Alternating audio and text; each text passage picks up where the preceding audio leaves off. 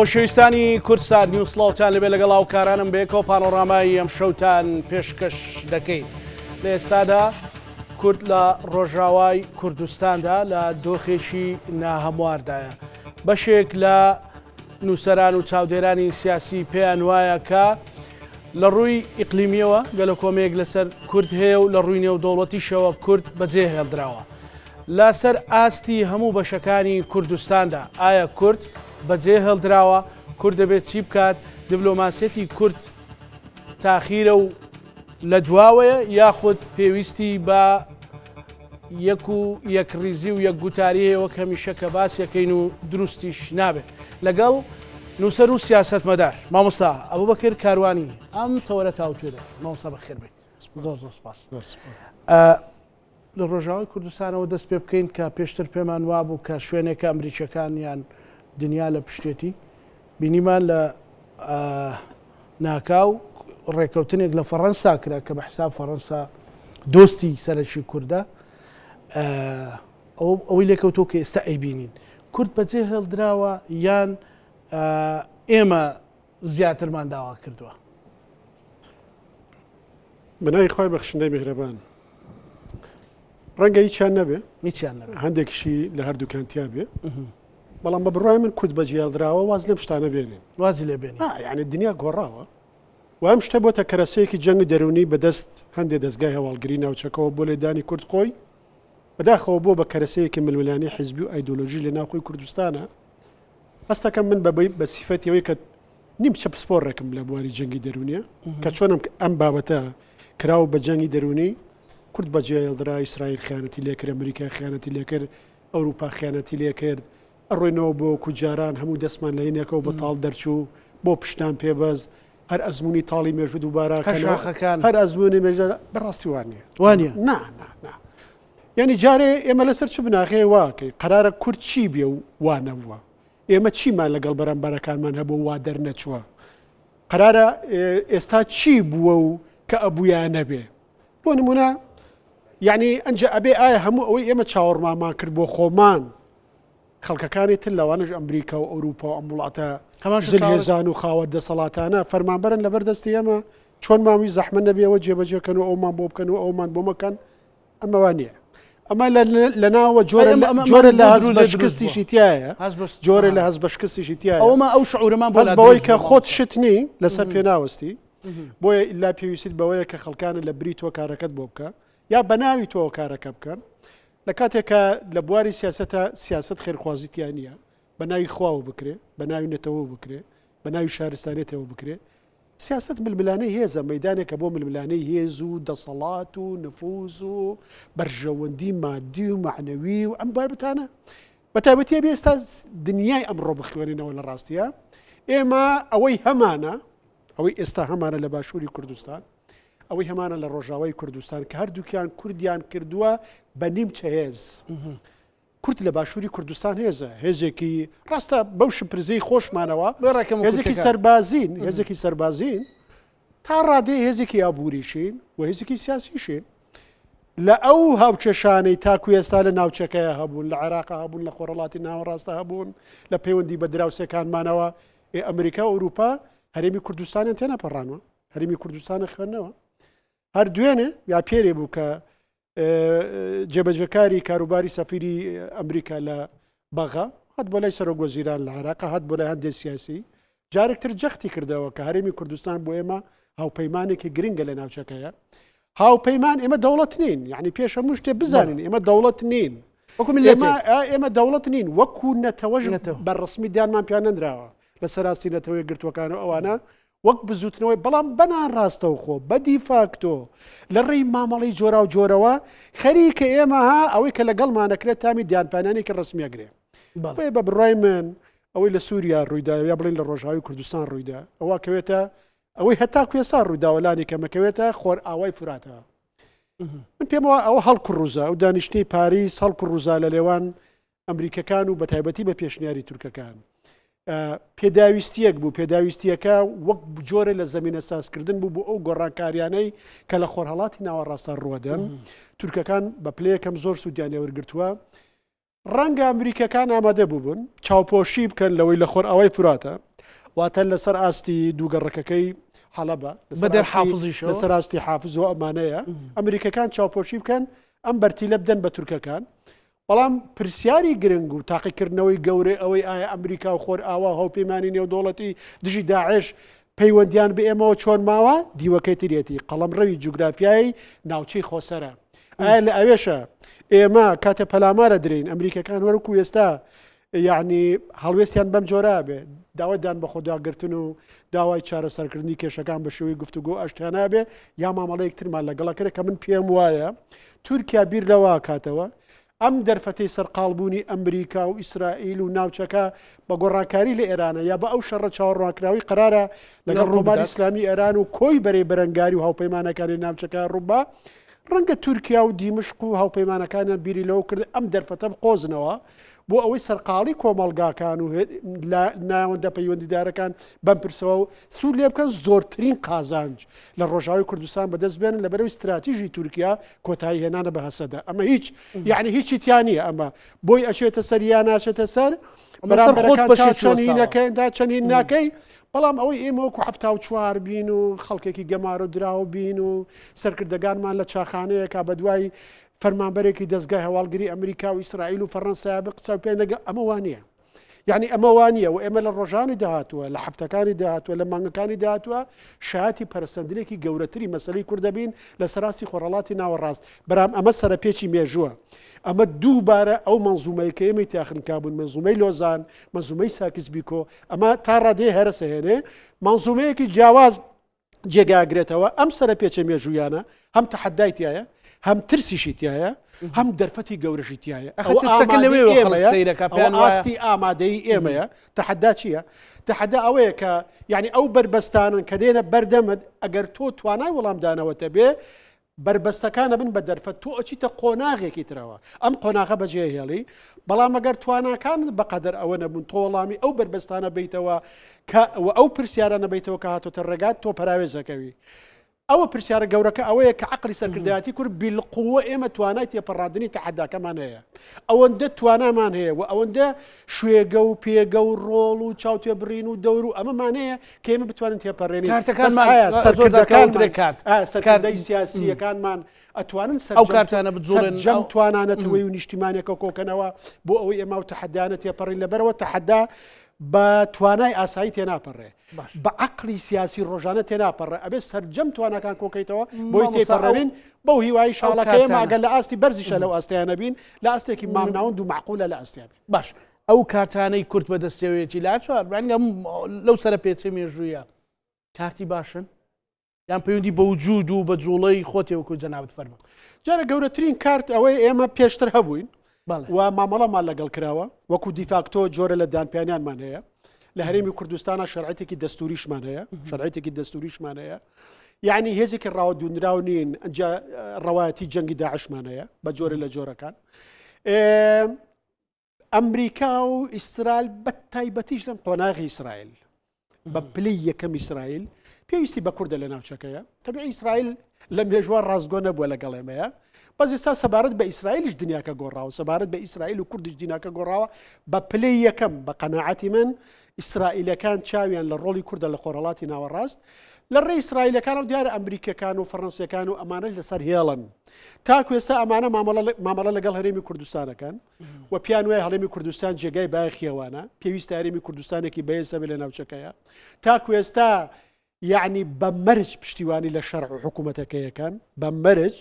بە قۆناغێکی ڕاگوزاریات تێپەڕە بێ هەر ئەمڕۆ فەڕەنسیەکانە دێشتیان بڵاو کردەوە کە ڕخنەی توندیان لە سوپاکەی شەرع کرد کەوتیان هێشتا گروپە جیهادیە چەکدارە ڕادیکاڵە توندڕەوەکان لە ناو سوپاکەی سووریا نەکهەن بەڵکو پێگەی دەسەڵاتی شامەدەستەوەیە کاریگەری بەم شتانە ئەمە تاسەر من بە بڕوای من شەرع و دەسەڵات و حکوومەتەکەی تاسەر نامێنەوە بە قەناعەتی شخصی خۆم تاسەر نامێنەوە تەنها وەزیفەیەکی ڕاگوزاریان هەیە تەنها وەزیفەیەکی ڕاگوزاریان هەیە نائەتوانن نیشتمان سازی بکەن لە سووریایە نائەتوانن گەلسازی بکەن و لە ڕاستیان لە ڕێی بەکارهێنانی هێزیشەوە ئەو سەردەمەش تێپەڕیوە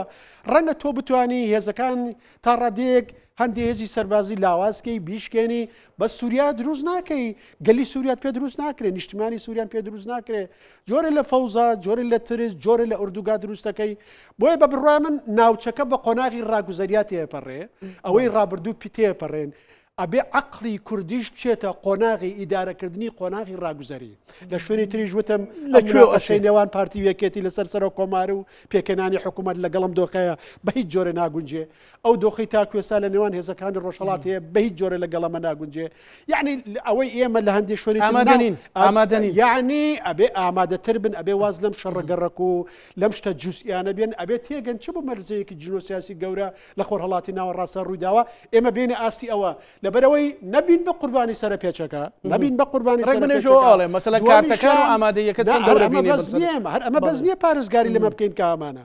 ئەمەوە کۆبڵێ ئەسعاف الئیمانە ئەمە ئەسعاف الئیمانە لەبەرەوەی گۆڕانکاری زۆر گەورە جاری وایە بە 100 ساڵە گۆڕانکاری یەک جار ڕوەدەن بە 50 ساڵ ئێستا ڕێک لە ناوچەی گۆڕانکاریەکانی مامۆستا ئەم ناوچێ با ئێستا لە ناو جەرگەی گۆڕانکاریەکانین ئەم ناوچەیە بە دەوڵەتیەوە بە مەنزومەی ئەمنیەوە بە سیاسەتیەوە بە پەیوەندیەوە بە شوێنی کوردیەوە پێکاتەکانیەوە بە ناسنامەی دەوڵەتەکانی و هەمووی پێناساکرێتەوە تۆ شوێنە لێرە لەکوێ بوو ڕەنگە 50 ساڵی ترەوە چارەنووست بێ ڕەنگە ماوەیەکی زۆری ترەوە چارەنووست بێ ئایا خۆرهەڵاتی ناوەڕاست کە دروستە بێ بۆ منی کورد خۆرهەڵاتی ناوەڕاستە یا بۆ ئیسرائیل خۆرهەڵاتی ناوەڕاستە من چوارەنەیەکم نووسیوەڵم خۆرهەڵاتی ناوەڕاست بە من چی ئەگەر خۆری کوردستان هەڵەیە یعنی بە من چی ئەگەر خانی زیندوو نەبێتەوە بۆ جژنی سەرکەوتن بۆ جژنی سەرکەوتنەیە من لە ڕوانگەی خۆمەوە ئەبێ سەیری خۆرهەڵاتی ناوەڕاستکەم 100 ساڵە خۆری ئێمە لە خۆرهەڵات ئاوا بێ بە پێچوانەی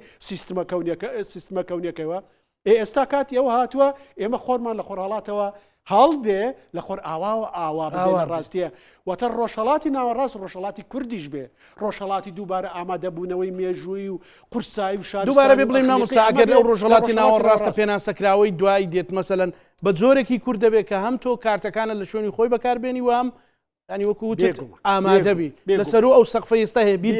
منەدا بەرزتر ببینی چەندین جار نووسیومە و وتومەوە بزەبێ بەردەوام بیڵێنەوە پێویستە لەسەر ئاستی هەموو پارچەیەکی نیشتیمانە کۆنفرانسی نیشتیمانی هەمان هەبێ مەرجعی نیشتیمانیمان هەبێ سەقفی داواکاری یەکگرتومان هەبێ نوێنەرایەتی یەکگرتومان هەبێ و دیار بێ مەسەلەی کوردستان و کورد لەو پارچەی کوردستانە چێ نوێنەرایەتیەکە پرۆژەکەی چێە کۆمەلگای نێودەوڵەتی یا ئەو هێزانەی پەیوەندن بە گۆڕان لەم ناوچەیە لەگەڵ چێ مامەڵاکەن ئەمە یەک لەسەر ئاستی نەتەوەیشە پێویستە یەکتر تەواوکردنی نەتەوەیمان هەیە و ئێستا کاتی ئەوەیە بەبێ دەنگ و ڕاگەیان نوم جۆرەشتانە تەنانەت غورفەیەکی ئۆپەراسیۆنی یەکتر تەواوکردنی نەتەوەیمان هەبێ لە ئاستی چوار پارچەکانە بۆی بزانین چۆن خزمەتی یەکتر بکەین هەنگاوە پشتیوانی یەکتر بکەین هەریەکەمان ببین بە قوڵایی استراتیژ و هیچیشمان نەبین بە ڕێگری لەسەر ئەوەی کە لەسەر ئاستی خۆرهەڵاتی ناوەڕاستە پرسەنێتەوەیەکەمان بچێتە ئەوەی لە شێخ مەقسوود و ئەشرەفی ڕوویدا سۆزێکی گەورەی نەتەوەی ئەو سۆزە چوە خانەیەکی یەکگرتووی ئەتوانی بڵین ئەمە سەرەتایەکە یعنی هەست بە جیاوازی زۆر کەمە کرد لە دوای شەڕی داعشەوە ئێمە تاکو ئێستا ڕووداوی نەتەوەی وامان نەبووە هیچ بە هیچ جۆرە تا ئێستا شتێکمان نەبووە بە ئەو جۆرە کورد لەسەری هاودەنگ بێ هاوسۆز بێ ئەشرەفی ئەوەی ئەشرەفیە و شێخ مەسعود بەڕاستی من وتارێکم نووسی لە پێیجەکەی خۆمان کە ئێمە چۆن لە چوارچەوە سیاسی و نەتەوەیەکە لە ئەم پرسە ڕێکەین شەهید بوو قوربانی بوو شکست بوو چی بوو تەبیعی من باسیەوەم کرد کە ئێمە تاسەر ناتوانین لە ڕووی سەربازیەوە بەرگری لەم دوو گەڕەکە ئابوڵەقە دراو بکەین یعنی بەڵام تۆ تازە قوربانی دراوە شەڕەکە کراوە من لە ڕووداوی ژوتم لێرەش دووبارەیەکەمەوە نابێت تۆ ئەم بەرگریە لە ڕەمزیەتەکەی بەتاڵکەیتەوە ئەبوو یاوا بکەین و ئەبوو یاوانەکەین و نا ئەوە لێ گەڕین بۆ سەرکردە سیاسیەکان بۆ سەرکردە سەربازیەکان ئەبێ ئەزمونیان دەوڵەمەندتر بێ بەرچاوڕوونتر بن چیەکەن چی ناکەن جەزنەب زێک بوو بۆ وڵاتانی هەرێمەکە و بۆ دەور و بەر و بۆ توانای خۆت و هەموو ئەمانە ئەبێت تۆ بەرچاوڕوونانەتر مامەڵە بکەی بەڵام لەسەر هەستە ڕەمزیەکەی لەسەر هەستە قوربانی دانیەکەی لەسەر هەستە جوڵێنەرە هەستینەتەوە یەکەی لەو شتانە بوو کە کۆمەڵگای کوردستانی یعنی جڤاکی کوردستانی لەسەر ئاستی هەر چوار پارچەکە و لەسەر ئاستی خۆر ئاواشە کۆ کردەوە پێویستە ئەمە تەوزیف کرێ ئەمە سەرکردەکانە خاتر ژە بەردەم ئەوە خەڵکی ئاسایی بەو جۆرەیە تۆش ئەبێ شوێنکەوتی خەڵکی ئاسایی بی ئەگەر سەرکردایەتیەمانەکەی ئەگەر بە دوار بەرژەوەندی بچووکی حیزبی و ناوچەی و گروپی و پارە و دەسەڵات و نفوزی حیزبی شاسوڕێتەوە خۆت نامەنە سەرکردی نەتەوایەتی خۆت نامەنەین و ڕێک ئەوە دروست نەکرد مامۆستا یعنی ئەو بابەتە توانی بڵێن چۆتە فەرعێکی سۆزداری عاتفی یان بەڕاستی واقعیکی نەتەوەیە خۆ دەوڵەت نەتەوەش بەر بەوە دروست دەکرێت خۆ بەچی دروست دەکرێت مەسەلەن ڕاست ئەڵێن مۆدیلی دەوڵەت نەتەوە نەماوە بەڵام بە کوراوە ئەوەش قسەیە بوو ئێمە پێخڵەتان ئەسڵەن لە جیهانە بەهێزە بێتەوە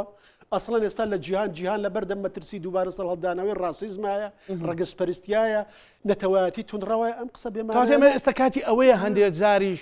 بە دژمنکارانە نا بەڵام بۆ ئەوەی بە عەزمەوە دەرکەوین بەسەر پێ خۆمان دەرکەوین مەسەلەن ناسیۆنالیستی خۆمان زیاتری کاکی ژیان لەو دنیایە بۆی ڕێز لێ گیراوبی بۆی گوێ لێ گیراوبی بۆی مامەڵە لەگەڵ کراوبی بۆی ڕاود و نەدراو نەبی بۆی منبوز و ڕەتیان دراو نەبی ئەبێ هێزبی ئەبێ هێزبی بە تایبەتی لە ئەم لەحزە و لەم ساتە وەختەی مێژووی مرۆڤایەتیە کە عەقڵی وەکو ترەمپ حکمی دنیاکە عەقڵی وەکو پۆتین حکمی دنیاکە ئێستا سیاسەتی نوێی ئەمریکاچی ئێمە لە چ قۆناغێکی مێژووی نێودەوڵەتی و سیستمی نێودەوڵەتی آخر زۆر گرنگە تۆ یعنی دەستگای بیرکەرەوە هەبێ وە سیاسیەکانمان کولتوری گوێگرتن لە دەستگای بیرکەرەوەی هەبێ و خۆشی خوێندنەوەی بەردەوامی هەبێ یعنی خۆشی سێ چوار ساعت ڕۆژی بخوێنێتەوە خۆ سەرکردایەتی هەروە بەهین ناکرێ ئەمەیانێت تۆ بێ پاشخانێکی نەزەری هەبێت تیۆری هەبێت بە تەنیا بەخۆش ناکرێ ئەبێت چەندین ڕاوێژکار و چەندین دەستگای تایبەتمەندت هەبێ ئێستا ئێمە لە جیهانێک کاژین وردە بەتاڵە بێتەوەی لەوەی پێڵێن قانونی نێودەوڵەتی ئەوەی لە غەزە بینیمان ئێمە ئەوە لە دەرەوەی قانونی نێودەوڵەتی لە دەرەوەی ڕۆژاوی ئێستا لە دەرەوەی قانونی نێودەوڵەتیە یعنی ڕێک میدیاکارە چ لە بەردەم ترەب قوربان جەنابی ترەم چی سنووردانێ بۆ سیاسەتەکانی ئێوە بولتەزی من بە قانونی نێودەوڵەتیەوە وتی ئەوەی سنووردانێ بۆ من تەنها هەستی ویژدانی خۆم و بیرکردنەوەی خۆمە قانونی نێودەوڵەتی واتەوە پابەندی پێوەی وتی بەس ئەمێنێتەوە ئەوەی قانونی نێودەوڵەتی چییە واتە ئەوەیە من پێناسەیەکەم واتە ئەوەی لەگەڵ بەرژەوەندی مناگونجێ کەواتە ئێستا ئێمە وردە لە جیهانێک ئاژین چی حکومیەکە منطقی هێز حکومیەکە منطقی نفوس حکومیەکە واتە ئەمریکا مەسەل بۆ نمونە ئەڵێ ئەمریکای لاتینی ناوچەی جێنفوزی منە و من بەهێزە ماسە پێنم و بۆ ڕووسیەکان و چینیەکان و ئێرانەکانیان نێ شوێن پیان لەوەیە بێ ئاخ قوربانەمە پێچوانی قانونی نێودەوڵەتیە قانونی نێودەوڵەتی ئەوەیە منیکەم گەڕانەوەی بۆ سەدەی 19 بە جۆرە لە جۆرەکان بۆ هاوسەنگی هێزەکان کاتی ئەمریکا ماڵێ واتە من بتوانە سەربازیەکەم بەهەژبوونە سەربازیەکەم بە دوای بەرژەوەندی ئابوووریەکانی ئەمریکایە گەڕێم لە جیهانیشا مامەڵە لەگەڵ بەهێزەکاناکەم بەس بە مەرجی داهێنان بە هەژبوونی ئەمریکایە بەو جۆرەکە یەکە لە بربەندە عەربیەکان تانێدا کۆمنتیکە لەسەرم بە ئێمە لەم جیهانەیە ژین ئەبێ هێزت هەبێ ئەبێ بە سوودبی بۆ بەرامبەرەکان ئەبێ بە سوودبی بۆ بەرامبەرەکان یعنی ئێمە لە شوێنەکە ئەمە سیستمی نێودەوڵەتی هەیە سیستمی نێودەوڵەتی کە قانونی نێودەوڵەتی لە قەیرانە بژی کە پێوەرەکانی نێودەوڵەتی لە قەیرانە بژی ئەمریکا لە 66 ڕێکخراوی نێودەوڵەتی کشاوەتەوە 31 ڕێکخراوی سەر بنەتەوەی گرتوەکانن وردەوردەنەتەوەی گرتوەکان لە گەمەکاتێتە دەرەوە ئەو ڕۆڵەی نامێنێ وەکو ناوەندێ بۆ هەماهنگکاری جیهانی کە جیهان بەڕێوەبەرێ تۆ ئەوێ لەمە تێبگەی ئەمە یعنی چی بەنیسبەت تۆی کوردەوە بەنیسبەت خۆرهەڵاتی ناوەڕاستەوە بەنیسبەت ئەو دەوڵەتانی کە لە ئەم ناوچەیە هەیە لە شوێنێکی ترەوە لە ڕاستە سیستمی نێودەوڵەتی چییە سیستمە نێودەوڵەتەکە وردەوردە لە ڕووخانایە بە قۆناغێکی ڕاگوزاریەت هەیەپەڕنگ ئەی ئەو سیستمەی دێ کامەیە ئەی لە قۆناغی ڕاگوزەری نەتەوە بێ دەوڵەتەکان چیان لێ دێ ئەی دەوڵەتە شکست خواردوەکان چیان لێ دێکە ئێمە لە نێو دەوڵەتی نیمچکە شکست خواردوواژین و هەندێک لە دەوڵەتەکانی تریش لە قەیرانان هەموو ئەمانە چی لێ دێ بنسپید ئێمەوە ئێستا ئێمە قۆناغی ڕابردوو نییە خەباتکردن بۆ دیموکراسی و مافی مرۆڤ و بەهاکانی لیبرالیزم و یعنی زۆربەی کۆتایی پیاتەوە بە تایبەتیش بەنسبەت ئەمریکاوە تا ڕادی ئەوروپیەکان هێشتا بە پاژماوە هەندێک بەرگری لێکن ئێمە ئەمەش نەماوە نابێت چاو وڵات جنە و بە ئیسلامی بین و بە داعش بین و بە ئەحمەد شەرع بین و دوێنێ ترۆریستە و ئەمە فریام ئێمە دیموکراسی بۆ خۆمان زەرورە بۆی ببین بنەتەوە لە کوردستانە لە چ جۆرە دیموکراسیێکی ئێستا زەڕۆ بۆی توندوتیژی ئەو جۆرە لە دیموکراسی ژیانی سیاسیمان نەبێنێ. بالضبط ئەو دیموکراسی ئێستا لەو سەرپێچی مێژوویە جارێکترە و ئەو دەستەواژەیە زۆر جوانە لەو سەرپێچی مێژوویە و کام دیموکراسی کامەیە کە بە دەردی ئێمەخوا ئەو دیموکراسیەیە کە لەگەڵ پێویستیەکانی نەتەوە سازی و گەلسازی و دامەزراوە سازی و یەکێتی نەتەوەیە گونجێ و لەگەڵ چاکسازیەکی ڕاستەقینەیە گونجێ لە هەرێمی کوردستانە. ئێمە ئاکا بەگەل ئێمە ئاکا بە خاوەنی دام و دەستگا دەسەڵاتی قانون سەروەرە بێ بەسەر وڵاتەیە زۆنی زەون و سەردمان نابێنێ داموزراوی نیشتیمانی پێشمەرگەمان نەبێنێ ئاڵۆگۆڕی ڕاستەقینەی دەسەڵاتە بێ ئەبین بەگەلی باشووری کوردستان هاوبەشمانەیە ئەمە دیموکراسی بۆ خۆمان زەرورە. باس ڕۆژاوای کوردستانەکەی لە باشووری کوردستانیش پڕی لە قەیران مەسەلەن یعنی دیسان ئامادەنی لەوە دیموکراسی پێداویستێکی خۆبیناکردنەوە و بە ئینسان ژیانە بیسەلمێنی من هەم لێرە ناوەڵا تۆ پێ دوابێ دروشتی دیموکراسی هەڵگری ئەمریکا لە بەرخە ناوەڵا ئەمریکا هەر کاتێ پێویستی بۆ ئەحمەد شەرع بەسەر تویا فەرزەکە یعنی فڵان کەس بەرژەوەندەکەی لە چیا بوو بۆ جۆراکەی بەڵام بە شێوەیەکی گشتی تاکو ئێستا کورد پاڵێوراوە بۆ ئەوەی لە قۆناغی داهات و داڕشتنی ناوچەکەیە لە ڕاستیە ڕۆڵێکی گەورەتری هاوسەنگەر بژێڕە لە ئەم ناوچەیە وەمانایەکی تازەتر بە دەوڵەت بە کورد خۆمان هەبین بە بڕای من لە بەردەمی ئێمە دەرفەتەکان گەورەترە لە مەترسیەکان حتا لە ڕۆژاوی کوردستان لە هەموو ئاستی کوردستانە چکم جیاناکرێنەوە ئەمانە ئەکرێ لە ڕۆژاوی کوردستان شەڕ ببێ شەڕتر ئێمە ڕۆژانی سەختمان لە پێشە یعنی نابێ خۆمان بخڵەتێنین ئێمە ڕۆژانی سەختمان لە پێشە بەڵام ڕۆژانی سەخت بە تەنیا ئازار بەخش نین ئەگەر ئێمە دەستکەوتمانتیاوێ سەختیەکان نەماکە بە قوربانی ڕۆد بەڵکو بماکە بە تێکۆشەر کە تەحملی ئازارەکانی کردووە لە ئەو پێناوەیە. زۆر جارە وترا مامۆستا ئیسرائیل لەسەر دروستەکان لەسەر عەلەویەکان فڕۆکەی جوڵان هەڕەشەی کرد هێزی سەربازی جوڵان و بردومانیشی کرد لەسەر کورد ئەمە بۆ نەکرا مەسەلەن لەبەرەوەی کە عەلەویەکان جارە دراوسە ئیسرائیلن دووەمیان سەدان هزار عەلەوی عەفو دروزەکان دروست لە ئیسرائیل ئاژین سەدان دروست کاریگەریان هەیە بەسەرەوەی چێ لە ئیسرائیل بێ بەسەرە گۆزیران چێوێ بە بەپرە چێوە بەین ئەنجا لەوەتی دروستکردنی ئیسرائیلەوە خۆیان نێگلا کردوتەوە هاوپەیمانی جوولەکەکان حال لە 48ەوە خۆیان نێگلای کردوتەوە. من ناڵم لەگەڵ ئیسرائیل من پێم وایە هەر کەسێ بەڕاستەقینە پشتیوانی لە کوردکە لەبەرەوەی لە جەوهرە قەزیەیەکی ئەخلاقیە ئیسلامیە عادیلانەیە دژە زوڵمە دیموکراسی هەموو شتێکە قەزیەیەکی ڕەوایە هەر کەس پشتیوانیمان لێ بکە ڕەوایە هەر کەس پشتیوانی ڕاستەقینەمان لێ بکە لە ئێمە و پێی وابێ بەرژەوەندی هاوبەشمانەیە و ڕاستگۆیە لەگەڵمان بە بڕای من نە ئایدۆلۆژیایی نە دینی نە سیاسەتی نە هیچ بۆ ئێمە نابێ بژێڕێنەوە لە ئەو پێناوی ئەبێ پێوەەر بەرژەوەندێنێتەوەیەکانی خۆمان بێ لەبەرەوەی بەرژەوەندی نەتەوەی ئێمە لەبەرەوەی دەستدرێژی ناکەنێ سەر هیچ نەتەوەیە لەبەرەوەی خاکی کەسدا گیر ناکەین لەبەرەوە کەس ناچەوسێنینەوە لە نەتەوەکانی تر تەنها خەباتەکەین بۆی لەسەر کوردستانە ئێمەش وەکو نەتەوەیەکی مەزنی ئەم ناوچەیە بە کەرامەت و بەڕێز و بە ئازادی و بە ڕزگاریەوە بژین جەوهری ئەم خەباتی ئێمە ئەخلاقیە ئیسلامیە دیموکراسیە بۆیە لە ڕاستیە هەموو بەرژەوەندێکی ڕاستەقینەی کورد بەرژەوەندیەکی اخلاقیشە هیچ دژایەتێکی لەگەڵ هیچ پرەنسیپێکی ئیسلامیشانێ ئەکید مطابق بە ئیعلامی عەرەبی بووی لەبورانی کورد ئیسرائیلەکان تا ئێستا بەرژەوەندی خۆیانەیە من ئەو زانیاریم لیان نییە ئەبێم مەترسیەوەمانە بە ئیسرائیلەکانیمە بەکار بێنن لە چوارچەوەی استراتیژیەکی خۆیانە بەڵام نابێتەن عقلێکی چەق پەستوشمانە بێ پێمان وایە لە ڕابردووە چۆن بۆ دنیا هەر بەو جۆرە ئەبێتەوە و ئێمە تا ئێستا نەمانتوانیەوە بە ئاشکرا قەت نەماوەتەوە هاوپەیمانی ئیسرائیلین و ئێمە ئامادە نەبووین بڵێن ئیسرائیل وەرە پێکە و لەگەڵێ باین ئەم جۆرەشتانە من شتوام نەبیستووە ڕەنگە پەیوەندی هەندێ پەیوەندی لێرە و لەوێ ئەم جۆرەشتانە بێ تەنانەت هەندێکمان پێمان وابوو هەندێک سەرکردەی سیاسی وێزی سیاسیمان کە هەموو نزیکبوونەوەیەک لە ئیسرائیل بەکارمانە نەبێ خراپ و ئەم بابەتانە کەچی سەر ڕائێوە لە ڕاستی ئێماکەن بە پیاوی ئیسرائیل هەرە ڕۆژەی لە پاریس دانیشن لەگەڵ ئیسرائیلە مەسەل ئەحمەد شەرع باشووری سووریا دەبین هەر لەو ڕۆژەیەمە تۆبەتبارەکەن پیاوی ئیسرائیلین واتە دووریمان هیچ خزمەتی نەکردوون لە ڕاستیە ئەگەر بەرژەوەندی ڕاستەقینە ئێمە لەوەیە بێ ئێمە بە بڕای من تاکو ئێستا ئەومان نەکردووە ڕەنگە ڕۆژانێک لە پێش بێ بڕیاری من ناڵم بیکەنیانەیەکەین بەس لە زۆر شتا ڕەنگە بڕیاری گەورە قوڵمان پێویست بێبی باش مامۆستا لە متابعی لە ئیعلامی عەرەبیە مەسەلەن بەکارهێنانی دین بەکارهێنانی مەسەلەی نزیکبوون لە ئیسرائیلەوەی کە جەنابەت باست کرد و بەگژێکردنی نەتەوە عەرەب و کورد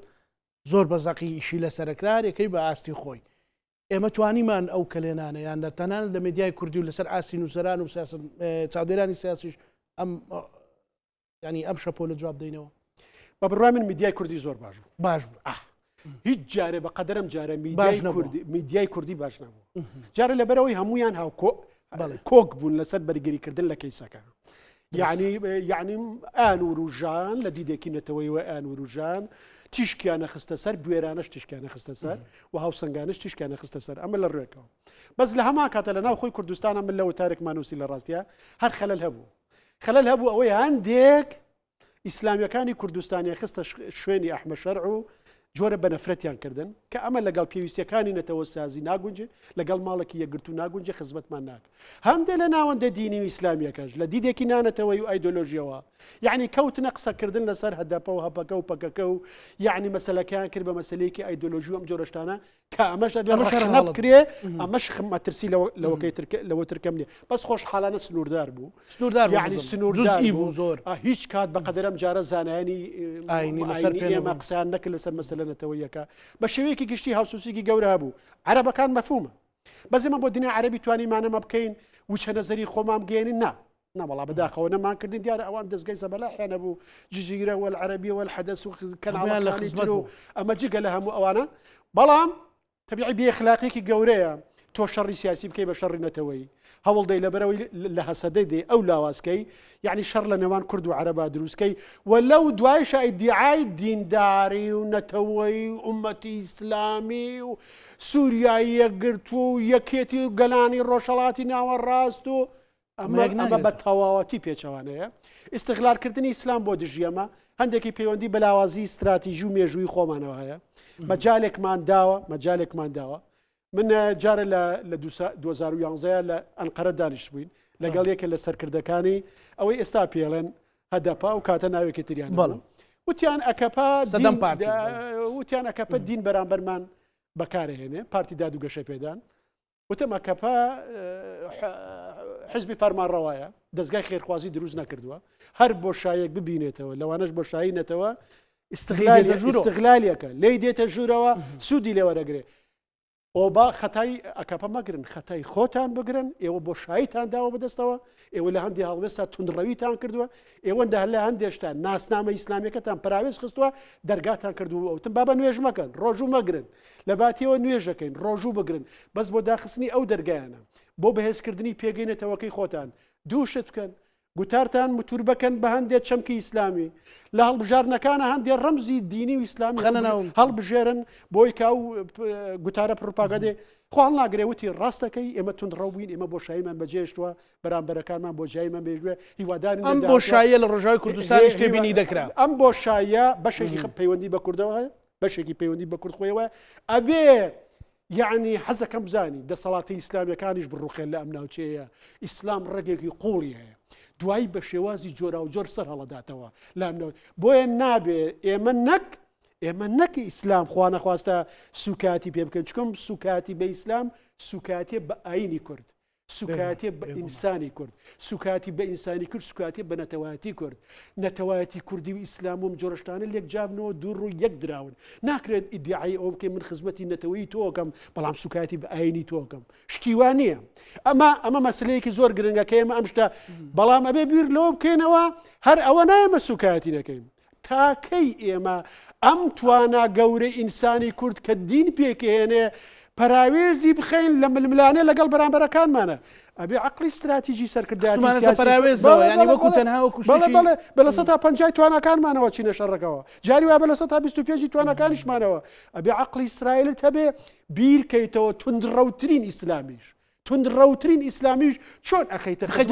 چۆن خزمەتی پرۆژەکەی خۆ چۆنی خەیتە خزمەت پرۆژەکەی خۆتەوە ئەبێ بەم جۆرە بیرکەینەوە نە بە جۆری هەرزەکارانە و ئایدۆلۆژیانە و یعنی شتی سەیر و سەمەرۆم جۆرەشتانە یعنی چۆن ئیسلامیەکی نانەتەوە ئیشتەکاکە بە ئایدۆلۆژی تۆش بە ناوی علمانێت و ئایدۆلۆژی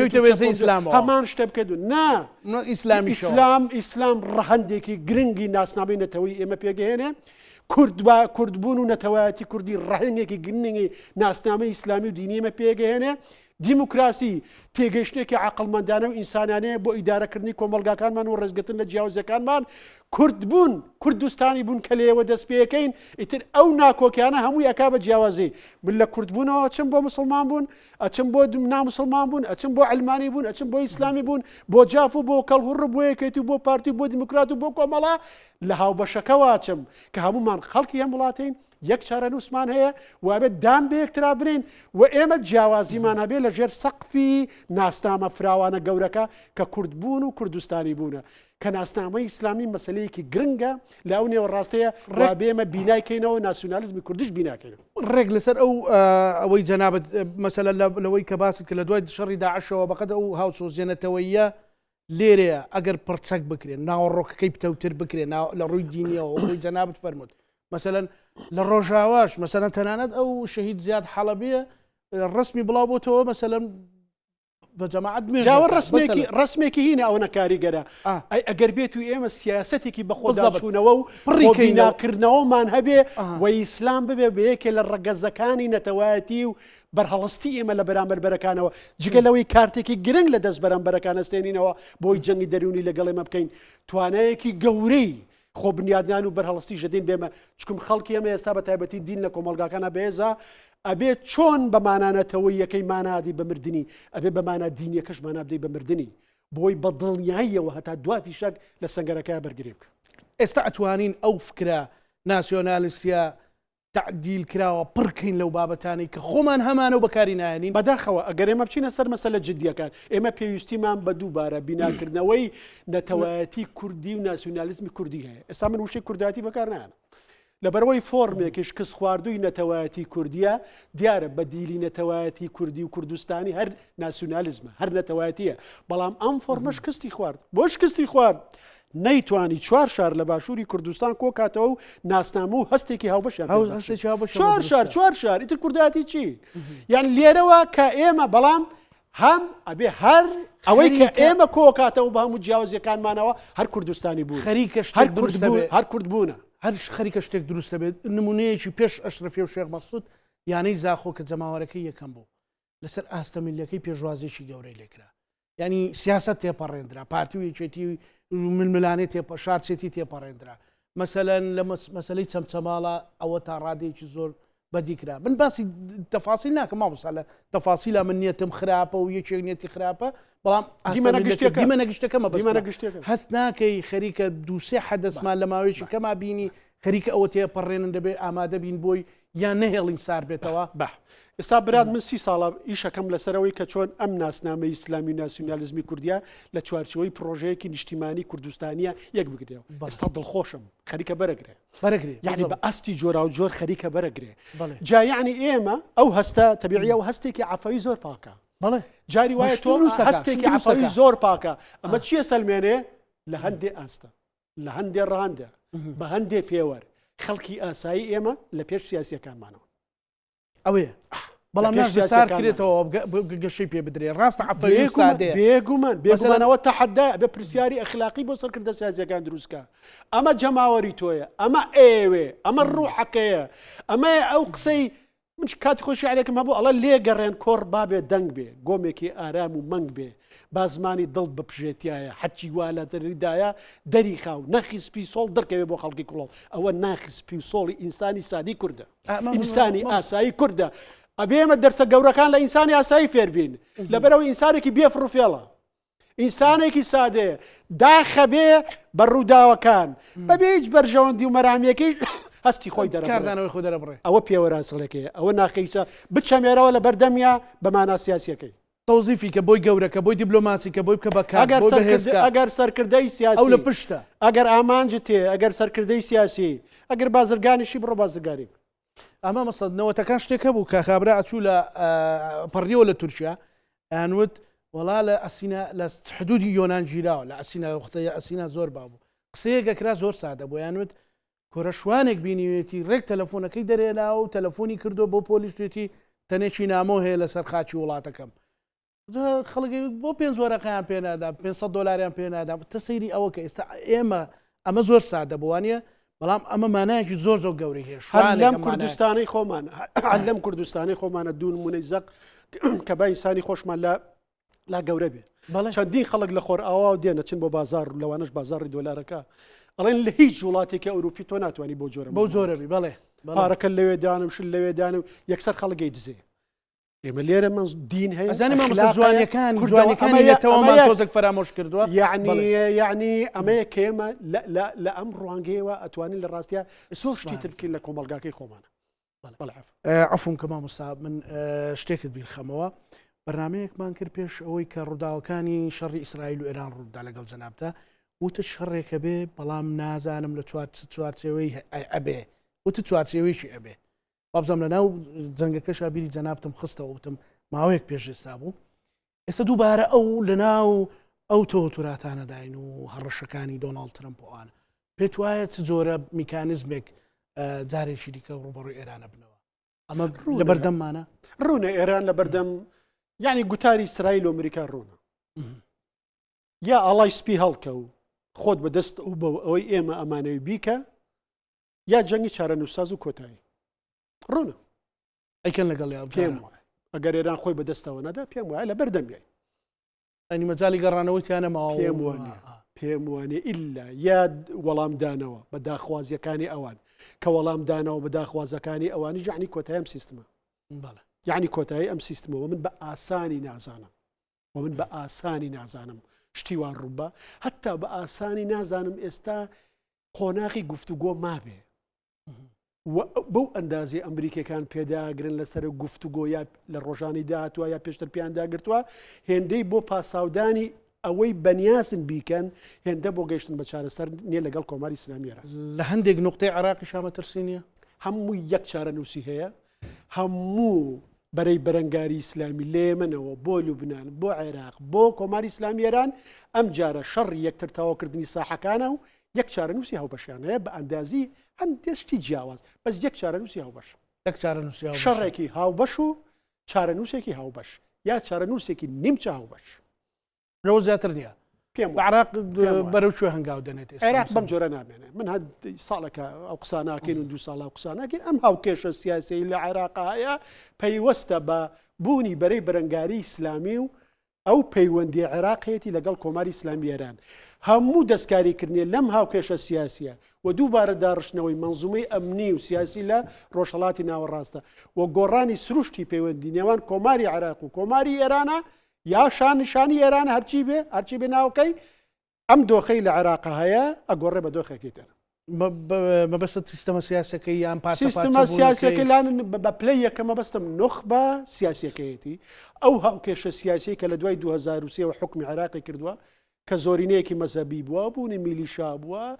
پەیوەندی پارە بەو جۆرە بووە پەیوەندی نێو دەوڵەتەکان بۆ جۆرە بۆ ئیدارەکان بۆ جۆرە بووە منە پێم وازە زۆری پێ ناچێ ئەیبینی ڕەنگە بچینە قۆناغی سەفارەتی ئیسرائیل لە بەغاوێ بەو شێوەیە پێم وایە باشە هەتا منە ئەگەری ئەوە دانم کە لە عێراقا یاسای قەدەغەکردنی حیزب ئیسلامیەکان دەرچوێنێت تا واستە وابینم بڵێم ئەمە وەکو ئەگەر لە قۆناغی داهاتووە گۆڕانکاریەکان بەو ئاراستەیە بن بەو چکە من لە پەیجەکەی خۆم نووسیم جەنگێکی یەکلاکەرەوە لە بەردەم کۆماری ئیسلامی ئێران و شیعی سیاسی و بەرەی بەرەنگاری ئیسلامی لە کۆی ساحەکانی خۆرڵاتی ناوەڕاستە هەیە استراتیژەکەوەیە نابێ جێگرەوەیەکی سنی ئیسلامیشی هەبێ بۆیە لە ڕۆژانی داهاتوە ئیخوان مسلمینە خەنە لیستی ترۆرەوە دوێنێ خستیان کردیان بەڵێ دوێنێ خستیان چەند باڵیان خست و باڵەکانی تریش بۆ دوام جۆرەشتانە کەواتە ڕوونە یعنی پەیامەکە ڕوونە من لە پێشیشەوە تومە ئەم نەخشەیە لە کۆماری لێ ئەمە ئێران سەرکەوتو بێ عێراقەوە هیچ یعنی سووریایە کۆماری تورکایە کۆماری تورکیاژە ناو بابەتەکەی ینی ئەوەی کە بدەوڵەت میسریش لە ناو بابەتەکەیە میسریش لە ناو بابەتەکەیە هەندێک سەرچاوی هێز هەیە لە میسر باسیسیش لەسەر حکوم بێ ئەبێ ئەوەش نامێنێ ئەمە ئامانجەکەیە چەنی دێتە دی بە زەمە نەخشەکە و ئامانجەکەی ئیسرائیل و هاوپەیمانەکانێتی لێ ناو ئەوەی دەوڵەت باخچەلی بانگەشەی بۆ کاتەنانە دەستی درێژ کردو بۆ پرۆسی ئاشتیش لەگەڵ تورکیادا ترسەکە لەوەیە ترسێکی بەشێکی باشی لەوەیە بەڵام بەداخەوە بێمنەتانە مامەڵاکن بەداخەوە کە ئێستا خەریکە بڵێ ئەوەی ئێمە ئەمانویست لەم پرۆسەیە بەدی نایە بۆیە ڕەفتاریان لە سووریا بۆ جۆرەیە پێم وایە بە هەڵاچن هەر ئیمتیازێ بن تورکەکان بە کورد لە ئاستی استراتیژیا قازانجێکی گەوراکەن و ئەگەر لی بزانن کورد و تورک ئەبن بە هاوپەیمانێکی نوێ لە خۆرهڵاتی ناوەڕاستە بە مەرجی ڕێکردنەوەی هاوسەنگەکان و دانان بە نەتەوایەتی کوردی و هەڵسانەوەی کورد وەک نەتەوەیەکی خاوەن ماف و چوارەمین نەتەوەی گەورەی خۆرهڵاتی ناوەڕاست نەتۆ مناقەشی لەسەر بکەی لەسەر وەڵا زمانی پەروەردەی لە تورکیا لەتەکە کوردی ببێ بە زمان لەم ئاستە قسەکردنە تۆ ناتوانانی چارەسەری کێشەکان کەواتە دین و سەر ئەو باسی ئەگەر بێت و ئەمڕۆژ لەسەر سینیەک حەڵە بدرێتە تورکیا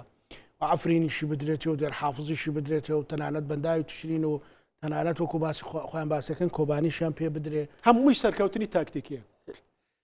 ڕاکێشان نییە تۆزە شیرینی دەمێ بۆ هەتا ئەحمە شەرعوانی ژەبێتەوە تەفسیری بۆ بکەی بڵی کاکە دەرفەتم پێی سزام لەسەر هەڵگرتی پارەم پێدای هەموو شتێکم بۆ کردی ئەوە ڕفتارەکانە ئەوە کارنامەکەت ڕۆژەوا لە دروستەکەی ڕۆژەوا لە عەلەویەکەی ڕۆژەوا لە کوردەکەی تۆزی ئەگەر عەقڵی مخابراتیانە ئەمانەت هەبێ ئەتوانی ئەم تەفسیرە بکەی لە گۆشەیەکەوە یعنی خۆیان ئەویش ڕاکێشن ئەڵێن کاکە ژیان مەسەل بۆ نمونە من بەنێزم ساڵێکی تر ئەحمە شەرع بم هینی بۆکەمەوە هەتا کۆماری ئیسلامیێرانیشان وا لێکرد ئەمریکەکان یعنی دەرگیان بۆ کردەوە لە خۆرهڵاتی ناوەڕاستە دەی بە تایبەتی لە سەردەمی ئۆبامە عقلی غەربی عقلێکی استراتیژیە ئیشەکە بۆ 50 ساڵی تر بۆ 10 ساڵی تر بۆ 20 ساڵی تر بۆ نمونە هێرترزل وتی دوای 50 ساڵی تر ئێمە دەوڵەتی جوولەکە دروستەکەین ڕێک دروستی کرد دوای 50 ساڵی تر وەکو ئێمەنین هەناسە بڕکەمان هەبێ بەسەر دەستکەوتی کاتی و ئەم مانگە چێکەین و لەم هەڵبژاردنە چێکەین ئەمە هی پیاوی هینە سەرۆکی حیزبیشتی وای سیاسەتمەدار نییە هی پیاوی دەوڵەت نییە هی ڕێبەری نەتەوەی نییە دوور بیرەکەیتەوە قوڵ بیرەکەیتەوە سنگانە بیرەکەیتەوە هەناسە بڕکەن نییە ئەوان وان بەداخەوە ئێمە زۆروانین هەندێکمان وابوون لەم ناوچەیە بەس بۆ وێرانکردنی ناوچەکە بەکارمانێنە یعنی بۆ بیناکردنەوەی ناوچەکە بەکارمان نهێنە ئەبێ لەم ناوچەیە گەلانی ناوچەکە دان بە یەکترا بنێن بە پلەیەکەمیش ئەبێت دان بە کووردا بنێن کورد کەمینە نییە لەسەر ئەستی خۆرهڵاتی ناوەڕاست نەتەوە گەورەکەی چوارەمینی خۆرهڵاتی ناوەڕاست کەواتە هێشتا ئەبێ بە ئومێدەوە سەیری و بکەین بڵین سەدەی کووردە یان سەردەمی کووردە من پێم وایە ئەم سەدەی هەڵسانەوەی کووردە بێ هەر من لە وتارێکیشان نووسیم کە بە بۆنەی ڕۆژی سەری ساڵەوە 1926 ساڵ ڕوودا 2026 ساڵی گۆڕانکاریە مەزنەکان و هەڵسانەوەی مێژووی نەتەوەی کورد ئەگەر لە ئاستێکشاوێ بەو شێوەیە مامۆستا کاتم تاوە بەڵام پرسیاری دیکەم ماوە ڕووداوەکان تاو نابن هێشتا لەنەوە ڕاستایان بەشێ لە ئومێدی ئێمەش بەوەیە کە گۆڕانکاریەکان هێشتا لەنەوە ڕاستە لە ناوە ڕاستە بەڵام هێنانە پێشەوەی نووری مالیکی ئەگەر ببێ بەسەر و کۆزیران بۆ قۆناغیشی نوێی عراق نییە وڵای دوو تەفسیری هەیە بۆ قۆناغێکی ئەوەی نوێ کە دوامین کەسێکی بەهێز بێ عێراق نانا عێراق بک بە بەشە لە بەرگریەکە ئەجا بەرگری لەمانەوەی زۆرینەی عەنۆکەوەی کە لە حەڵەب و ئەحمەد شەرا باسەکەن یعنی دیفاع لە زۆرینەی پمانەوەی زۆرینەی شعب بکە دیفاع لە عێراقی کۆن بکە لەم عێراقی ناتوانێ ئێستامە عێراقی کۆن عێراقی کۆن بڵێ تەبیعیە عێراقی تازەی 2000 و دوای 2023 عێراقی تازە بوو ئەوە نەما ئێستا ئەوەش بوو بە کۆن ئێستا لە بەردەم عێراقێکی تراین ئەش بێ کە پیاوێکە توانای مامەڵەکردنی هەیە تەموو مژاویە مەرجنی هەتا سەر چیرۆکەکە بۆ جۆرە بڕا من بە دەردی کابراڵە با قسەکە هەڵە کوڕوزیێنی بەڵام وەکۆی جەنابە دوتت لە ناوەڕاستی گۆڕانکاریەکانین و ڕۆژانی داهات و ینی مەبەستنە ڕۆژانی داهات و سبەی دو سبەی بێ شتی ترە ئاکرێمە ئەمێنێتەوە ئایا نووری مالکی بۆ هەموو نووری مالکی لە چوارچێوەی سەفقە و تێگەیشتێکی نێودەوڵەتیە ئەم پۆستە وەرەگرێ یا تەنها لە چوارچەوەی مناقەشەکانی ماڵی شیعی و لە ڕاستای پەیوەندی بە ئەو شەڕەی کە قەرارە لە ناوچەکە ڕووبە ئەم دووشتا وەڵامی و پرسیاری جەنابتەدات